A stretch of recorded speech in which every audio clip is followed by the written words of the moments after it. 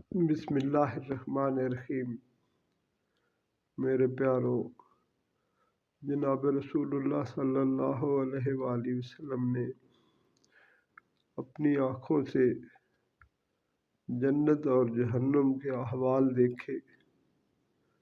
میرے پیارو، جناب رسول اللہ صلی اللہ علیہ وسلم سب سے زیادہ نرم دل تھے، اور میرے پیارو آپ علیہ الصلوۃ والسلام کو اس امت کے آخری انسان، آنے والے قیامت تک کے انسانوں کی فکر تھی۔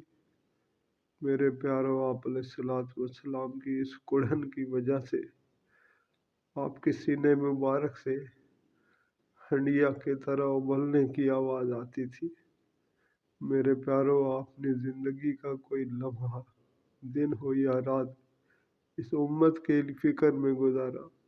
میرے پیارو، آج ہم نے اس فکر کو چھوڑ دیا۔ میرے پیارو، ہمیں نہ اپنی فکر نہ امت کی فکر۔